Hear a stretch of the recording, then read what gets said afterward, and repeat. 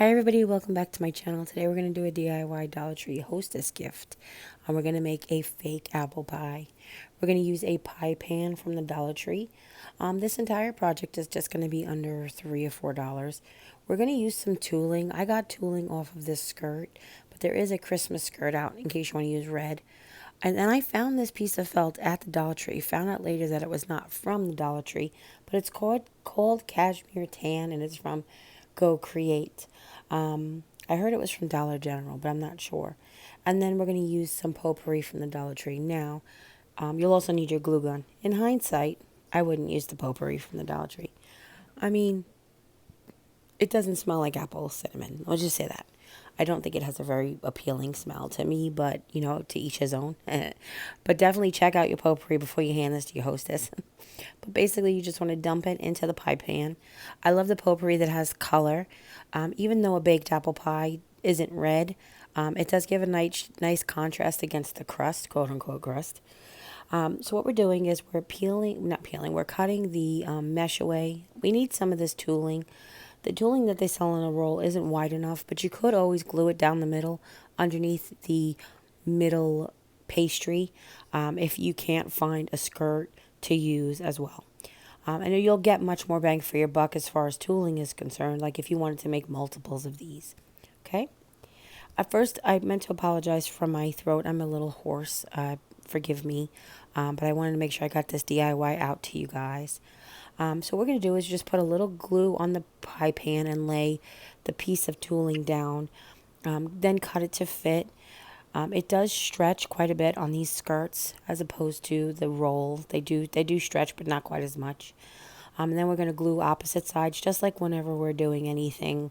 We want to glue the top and the bottom, then you want to glue the right and the left. I decided to glue a little bit more of the right than I would normally just to tack it. But just make sure you have enough and it's spread out evenly. And then you want to glue it all the way around. Because potpourri does tend to have sort of dusty, I don't know how to describe it, potpourri dust. You don't want any of it to come out on your hostess as well. Okay? And then you're going to trim off the excess. This entire project took me about 40 minutes start to finish. So you can do this in under an hour. And for under $5, I think it makes a really nice hostess gift.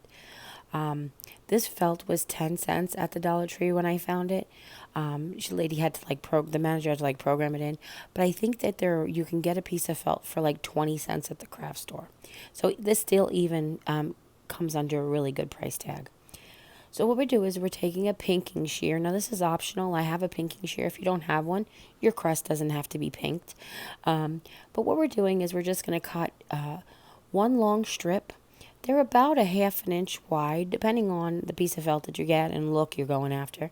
But that's what you would do normally if it was pie crust, about a ½ inch wide. And I don't want to use a ruler, and I don't want them to be perfect, because unless your grandmother was Martha Stewart, your grandma's apple pie probably didn't have perfect crust lines. I'm just saying. So I wanted to make it look as homemade as possible. So I didn't use a ruler. I just freehand cut it. And then what I did was I laid them down in the middle. So one strip goes directly down the middle, and you're going to put one across. And then four more strips, will go on the sides of those. And you'll cut off the excess, and that'll go on the ends, as you just saw me do. Okay? Now we're going to take the remaining piece, and we're going to fold it in four lengthwise to get 4 strips. Now I will tell you, as many times as I've made this pie, and as many times as I've actually made real pie, I don't crimp it evenly, and you'll see what happens when we get there. But what we're doing really quickly is just weaving it. Basically, it's like a basket weave. That's not necessary. It's just what pie makers do, so you want it to look as much like a pie. You want to weave it. You just want to go over and under. It's nothing, like no scientific measurements or anything, okay? And you just push it to pull it and adjust it to look as well as you want it to be. The mesh is actually going to keep all the potpourri in and let the fragrance out. The rest of it is merely decorative to make it look like a pie. When I first made these, this could have been a Thursday Throwback Comeback because we made these back in the late 80s, early 90s. We used to make them in a terracotta saucer from under like a flower pot, which always looks really cute. And the fragrance also comes through the terracotta, not quite as much. And back then, potpourri was a little stronger. So what I'm doing here is I'm actually glued all of the strips together. But first what I'm doing is I'm turning over just the top edge. You could skip this step if you want to. It's just that when you make a pie crust, you do tuck under the edge traditionally before you crimp it. So I'm taking that extra step just to make it a little bit more realistic. But if your dexterity won't allow you to do that, or if you keep burning yourself on hot glue and you don't trust yourself, you can skip this step. Okay? I'm just doing it all on along the edge of each one. I'm folding it about an eighth of an inch over, and then I'm gluing the next piece to it. Try not to overlap too much because depending on how much you left over of your crust piece, you'll have to make sure that it stretches around the entire crust. Now, math would allow for me to say that I would have fit it if math worked. Basically, I was saying this is a 9-inch pan, a 9-inch pie pan, and then, times pi, no pun intended, would leave about 27, 28 inches. And then this was an 11-inch piece of material, which in 4 should have left me 44 inches, which should have been plenty, but I didn't crimp it properly. So learn from my mistakes as you will. But I have to tell you, just in all fairness, to make you feel better about any mistakes that you may make, every single time that I make this pie, I crimp it wrong. But I honestly feel like it does add more to that homemade feel. The same thing goes for when I actually make pie. I don't always crimp it perfectly. Maybe 1 out of every 10 pies comes out like camera ready, if you want to put it that way. So I feel like it adds to the little hominess to it. Now we're going to keep all the little scraps because we're just going to decorate it like you would do with a pie. Usually you take your little scraps and you can cut out little embellishments to add to it, and we're going to do that as well. But what we're going to do is we're going to start on one end, and we'll start on basically where a stripe goes across so we can kind of keep track of how we're spacing it. And you just want to fold over a little bit and under a little bit. And what I'm doing is I'm tucking glue under the fold and then in the fold, if that makes any sense. Hopefully that does. And I'm not actually gluing it to the pie pan yet. But you can see how close I'm spacing them together. That's too close. Don't learn from me. Don't learn from this part. Though it does look prettier this way, you will run out of felt unless you manage to be able to cut yourself 5 pieces, because then you'll have plenty. Okay. So once you have like a section done that's like basically not pleated. Oh my goodness. It's pleated because it's fabric. But that you have a section crimped, then you can go ahead and glue that section down to the pie pan. I find that easier in case I have to redo a section. Then I don't have to worry about peeling it up and peeling it apart. It just comes a little easier.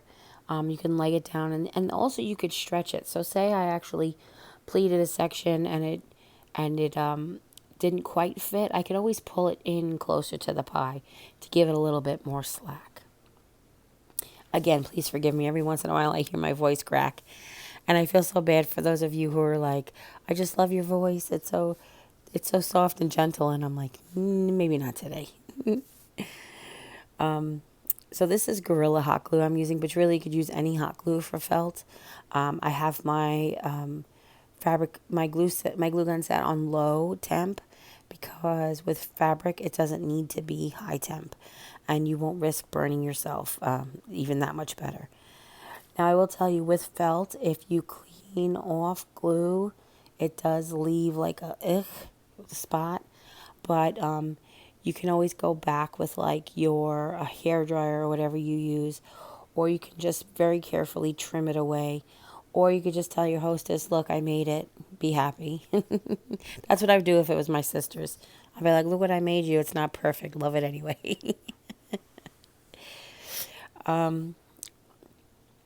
Yeah, so it's one of these projects that you definitely want to put on a movie. I mean, it's only 45 minutes. Maybe watch your favorite 1-hour drama. One of the keys that I do have, like a piece of advice tip type of thing, is every time I came to a seam, I made sure that that went into a crimp. So you won't see any of the exposed seams on the outside of your folds, okay? So that was another tip. Now we're going to come around to the end here soon. And then when we do, I'll share with you exactly how we're going to end it. But if you were smart enough to listen to me and not watch me, then you'll have enough room at the end to actually end it on a crimp.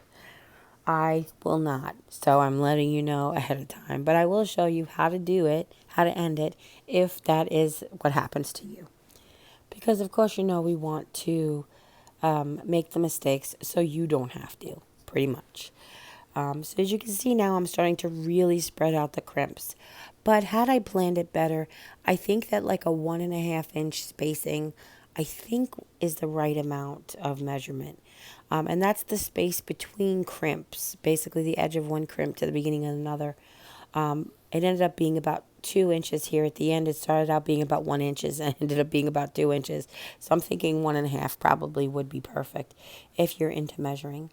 So now what I've done is I've taken the very, very end, and I just like we glued under the seam in the beginning, we're just going to glue the very end over, almost to look like the edge of a crimp.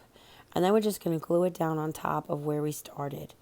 Again, if you were making pie, this would be a good way to end a pie if you ran out of crust, because trust me, I've done that before. So now taking my pinking shears, but again, you don't have to use pinking shears. I'm just cutting little leaf shapes out of the remaining 4 little pieces that I cut off of the center pieces. And I'm just going to glue them in the very, very middle, because that's sort of what you do sometimes when you're making a pie. I just glued the very, very tips down so they kind of stand up a little bit. And that's it. I am so happy that I got to show you guys how to do this. And again, this is a lovely Hostess gift for Christmas or Thanksgiving. Of course, Thanksgiving is what I had in mind. You could use any scent potpourri if you want. We did peach back in the day as well as apple. So I hope you guys really enjoyed this tutorial. If you do, give this video a thumbs up. Don't forget to share with friends and family. Anybody you know might be interested in making one of these or getting the ideas. And if you haven't yet, click subscribe. And when you do, a little bell will pop up. When you ring that bell, YouTube will let you know whenever I upload a new video. And as always, you take care, God bless, and we'll see you next time. Bye. Hopefully we'll sound better next time. Bye.